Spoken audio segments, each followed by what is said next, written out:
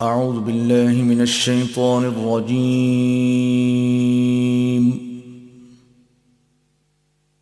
بسم الله الرحمن الرحيم.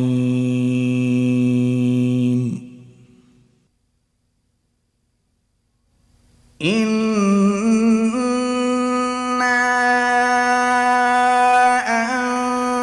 أنزلناه في ليلة القدر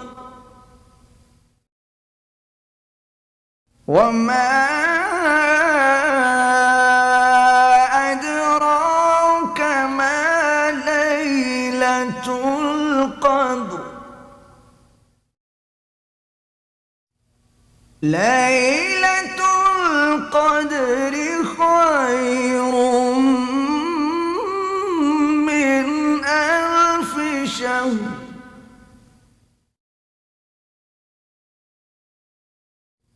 تنزل الملائكة والروح فيها بإذن ربهم من كل أمر. سلام هي حتى مطلع الفجر. بسم الله الرحمن الرحيم.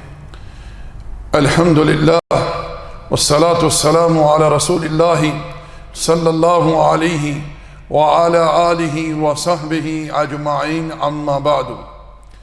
برادران اسلام، آج اس نشست میں یقیناً جس موضوع پر گفتگو کرنے کی سعادت حاصل کر رہا ہوں وہ بڑا اہم ہے. یاد رکھیں، جس چیز کی اہمیت، جس چیز کی عظمت، شان، مقام خالق کائنات بیان فرمائے، اس کی سعادت، منزلت، عظمت، شان، مقام کا کیا کہنا، اور وہ ہے لیلۃ القدر. لیلۃ القدر، اس کا نام ہی بڑا عظیم ہے. اس رات کا نام لیلۃ القدر کیوں پڑا؟ کہ یہ بڑی شان والی رات ہے، بڑی منزلت والی رات ہے، بڑے مقام والی رات ہے. رسول اللہ صلی اللہ علیہ وسلم نے ارشاد فرمایا کہ جو اس رات کی سعادت منزلت سے محروم رہ گیا وہ ہر خیر سے محروم رہنے والا ہے. اس رات کو لیلۃ القدر اس لیے بھی کہا جاتا ہے کہ اس رات کو مقادیر کے فیصلے سونپے جاتے ہیں ملائکہ کو رب ذوالجلال کی طرف سے. فیہا یفرق کل امر حکیم. اس رات کو فیصلے صادر ہوتے ہیں رب ذوالجلال کی طرف سے. یہ رات بڑی شان والی ہے. رسول اللہ صلی اللہ علیہ وسلم نے ارشاد فرمایا، من قام لیلۃ القدر ایمانا و احتسابا غفر له ما تقدم من ذنبه. جس نے ایمان اور احتساب کے ساتھ لیلۃ القدر کو قیام کیا، اللہ رب ذوالجلال اس کے گزشتہ گناہوں کو معاف کر دیتا ہے. گناہ، ایک بات کہوں، آج ہم لوگ گناہ کو گناہ سمجھتے ہی نہیں ہیں، گناہ کو گناہ تصور ہی نہیں کرتے.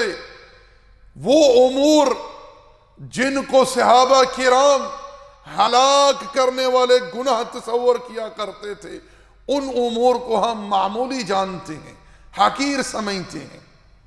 قیامت کے دن جب کتاب کھولی جائے گی، انسان خود کہے گا، ما لی ھذا الکتاب لا یغادر صغیرۃ ولا کبیرۃ الا احصاها. یہ کیسی کتاب ہے جس نے کچھ بھی نہیں چھوڑا، سب کچھ اس میں درج ہے. اس لیے دوستو، حریص رہا کریں ان امور کی طرف جن سے گناہ معاف ہوتے ہیں. یہ رب ذوالجلال کا لطف ہے، اس کا کرم ہے، اس کا احسان ہے کہ اس نے ہمیں ایسے مواسم عطا کیے ہیں جن کی وجہ سے رب ذوالجلال ہمارے گناہ معاف کرتا ہے. یعنی ان مواسم میں ایسی جلیل القدر عظیم عبادات ہیں جن کی وجہ سے رب ذوالجلال گناہ بخش دیتا ہے. اس لیے اس رات کو معمولی مت سمجھیں. قرآن سن لیجئے، رب ذوالجلال تقدس و تعالی خالق کائنات اس رات کی عظمت خود بیان کر رہا ہے. اور مجھے کہنے دیا جائے کہ میرے بھائیوں، میری بہنوں، اس رات کی منزلت، سعادت، عظمت، شان کے لیے اس سے بڑھ کر کیا ہو سکتا ہے کہ رب ذوالجلال نے اس رات کی عظمت کو بیان کرنے کے لیے، شان کو بیان کرنے کے لیے قرآن میں اس رات کے نام کی سورت نازل کر دی ہے، جسے ہم سورہ قدر کہتے ہیں. قول اللہ جل وعلا، بسم اللہ الرحمن الرحیم، انا انزلناہ فی لیلۃ القدر. آگے فرمایا وما ادراک ما لیلۃ القدر، تمہیں کیا خبر ہے، تم کیا جانو کہ یہ لیلۃ القدر کتنی عظیم رات ہے. یاد رکھیں یہاں خطاب رسول اللہ صلی اللہ علیہ وسلم سے ہے، لیکن مخاطب پوری امت ہے. کہیں رب ذوالجلال خالی مخصوص خطاب اپنے پیغمبر سے فرماتا ہے، جیسا کہ ارشاد فرمایا الم نشرح لک صدرک، کہ ہم نے آپ کے سینے کو کشادہ نہیں کر دیا. علم، عمل، حکمت، دانائی، صبر، شکر، ذکر کے لیے. جی یہ خطاب خاص ہے رسول اللہ صلی اللہ علیہ وسلم سے. لیکن کہیں رب ذوالجلال خطاب کرتا ہے رسول اللہ سے، لیکن مخاطب پوری امت ہوتی ہے. یا ایہا النبی اذا طلقتم النساء فطلقوہن لعدتہن واحصوا العدہ. یہاں خطاب رسول اللہ سے ہے لیکن مخاطب پوری امت ہے. یہاں بھی جو میں نے بیان کیا ہے وما ادراک ما لیلۃ القدر، یہاں خطاب رسول اللہ سے ہے صلی اللہ علیہ وسلم، لیکن مخاطب پوری امت ہے. سننے والوں، پڑھنے والوں، سمجھ لو کہ تمہیں کیا خبر ہے کہ یہ لیلۃ القدر کیا ہے، اس کی کیا شان ہے، کیا مقام ہے، کیا عظمت ہے. خود رب فرما رہا ہے لیلۃ القدر خیر من الف شہر، یہ ایک رات لیلۃ القدر 1000 مہینوں سے افضل ہے. اللہ اکبر. ارشاد فرمایا تنزل الملائکۃ والروح فیہا باذن ربہم من کل امر.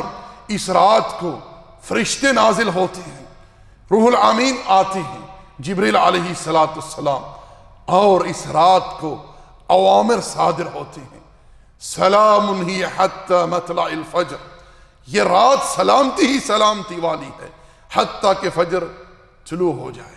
اس رات کو فرشتوں کی کثرت اترتی ہے، اللہ تعالیٰ کی طرف سے رحمت کا، سکینت کا، بخشش کا، مغفرت کا پیغام لے کر اہل اسلام کے لیے، اہل ایمان کے لیے.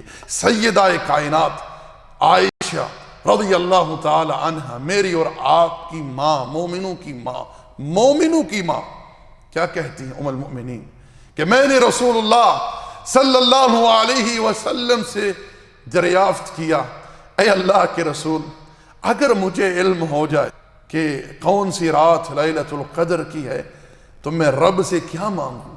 اللہ اکبر. رسول اللہ صلی اللہ علیہ وسلم اس خاتون کی بابت کہہ رہے ہیں جس کے متعلق جب آپ سے پوچھا گیا کہ آپ کو لوگوں میں سب سے زیادہ محبت کس سے ہے، فرمایا عائشہ سے. فرمایا مردوں میں، قال ابوہا، اس کے باپ سے، ابی بکر سے رضی اللہ تعالی عنہما. سید عائشہ سے کہتے ہیں قولی اللہم انک عفو تحب العفو فاعف عنی. اللہ تو درگزر کرنے والا ہے اور درگزر کو پسند کرتا ہے، اللہ مجھے معاف کر دے. یہ کون کہہ رہا ہے؟ یہ رسول اللہ کہہ رہے ہیں. کس سے کہہ رہے ہیں؟ جس سے آپ کو سب سے زیادہ محبت تھی لوگوں میں، اس سے کہہ رہے ہیں.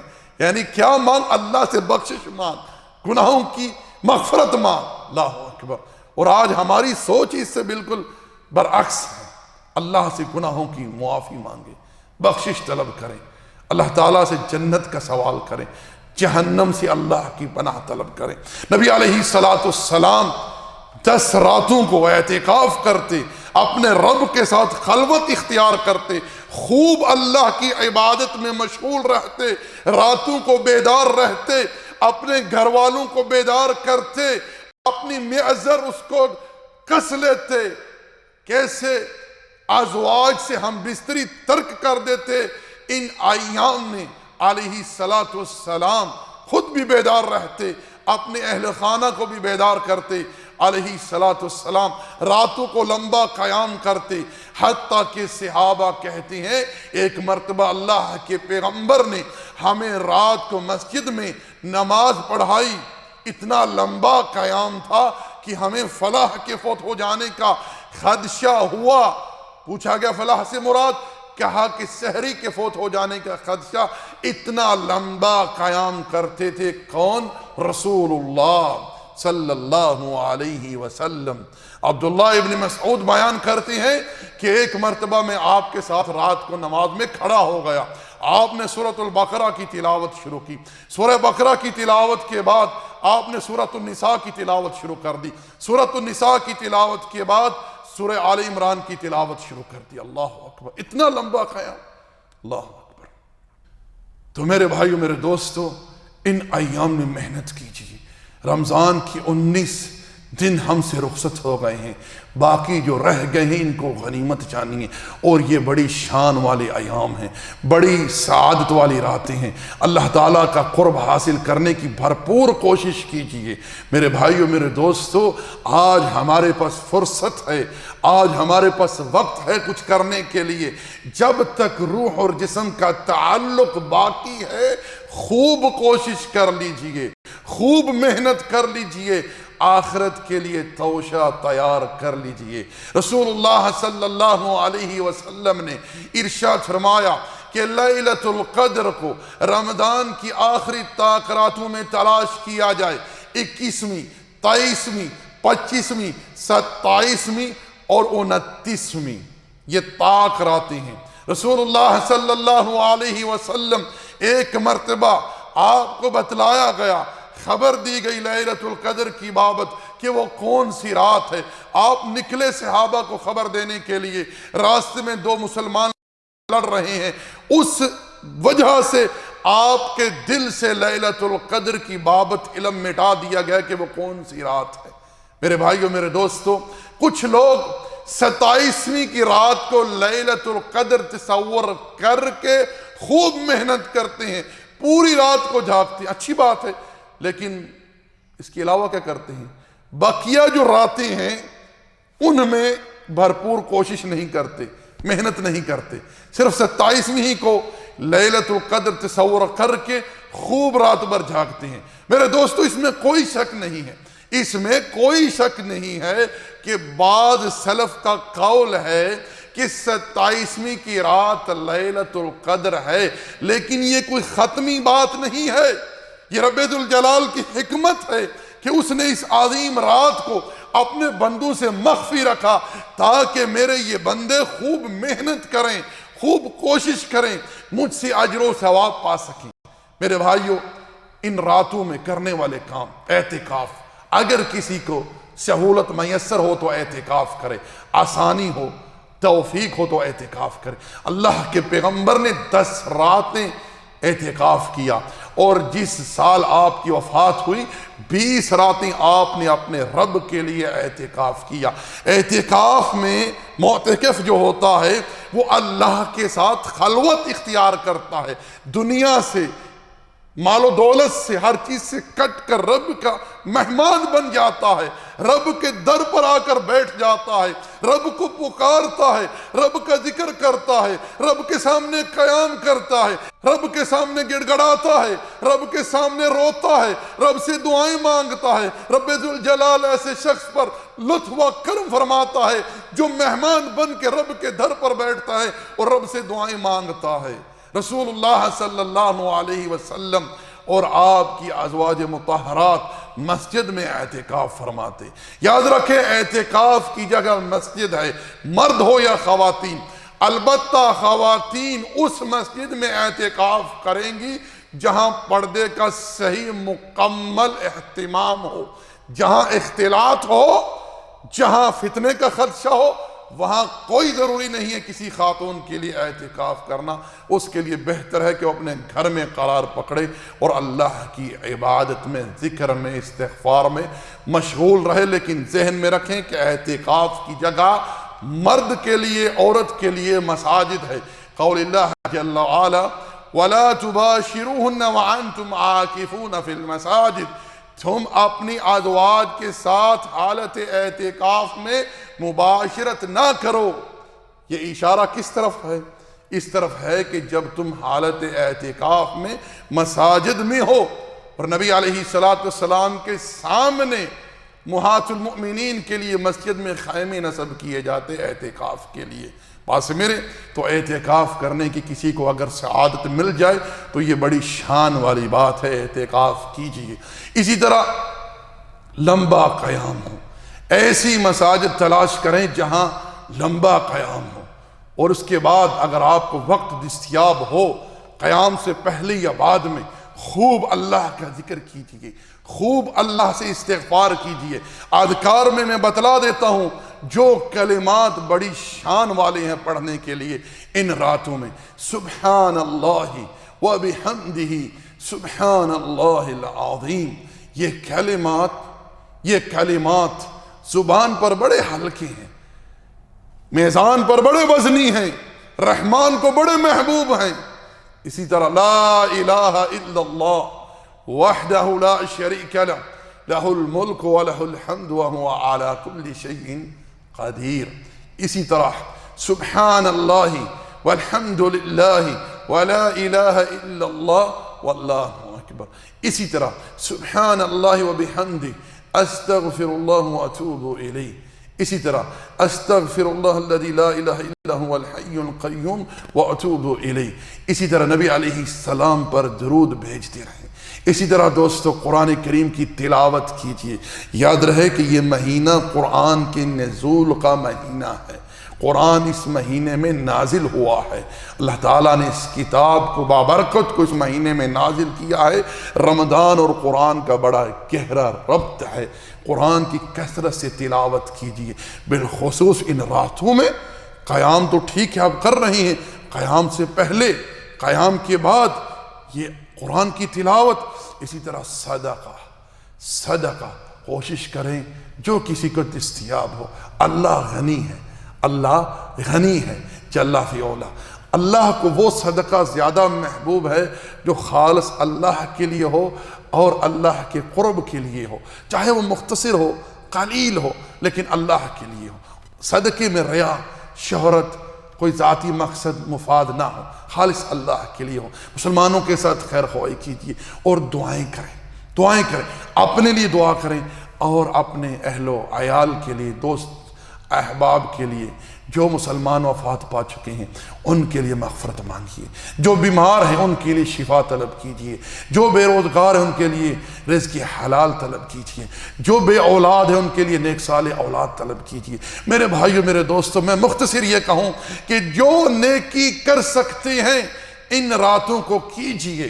اور خواتین سے بھی میری گزارش ہے، میری بہنوں، میری ماؤں، میری بیٹیوں، ان ایام میں اپنا رجحان، اپنا دھیان، اپنی پوری توجہ فوکس کریں کس کی طرف؟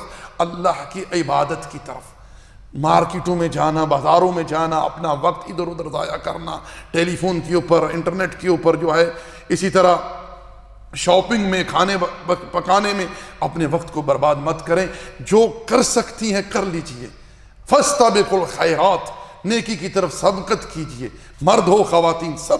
تو آخری بات میرے بھائیوں میں عرض کر کے بات کو ختم کرتا ہوں، وہ یہ ہے کہ ہمارے ہاں پاک و ہند کے اندر کچھ لوگ 27ویں کی رات کو لیلۃ القدر تصور کر کے محفل منعقد کرتے ہیں، شبینہ جس کو کہتے ہیں۔ ایک قاری کو لے آتے ہیں، وہ قرآن پڑھتا رہتا ہے، کچھ لوگ سوئے رہتے ہیں، کچھ باتوں میں مشغول رہتے ہیں، کچھ سنتے رہتے ہیں۔ جان لیں کہ یہ طریقہ اللہ کے رسول علیہ السلام کی سنت سے ثابت نہیں ہے اور نہ ہی صحابہ کرام سے، اس کا ترک ضروری ہے۔ اس رات کو قیام کریں، تلاوت کریں، ہر شخص جو ہے انفرادی طور پر کرے، کوئی حرج نہیں ہے، لیکن محفل منعقد کرنا، لوگوں کا جمع ہونا، پھر مٹھائیاں تقسیم کرنا اور مسجدوں کو سجانا، یہ طریقہ اللہ کے رسول علیہ السلام کے اسوے کے خلاف ہے، بلکہ بدعت ہے، جس پر ثواب نہیں بلکہ گناہ ملے گا، وہ اس لیے کہ یہ اللہ کے رسول کا سکھلایا ہوا فعل نہیں ہے۔ وما علینا الا البلاغ، وصلی اللہ علی نبینا محمد وعلی آلہ وصحبہ اجمعین۔ جزاکم اللہ خیر۔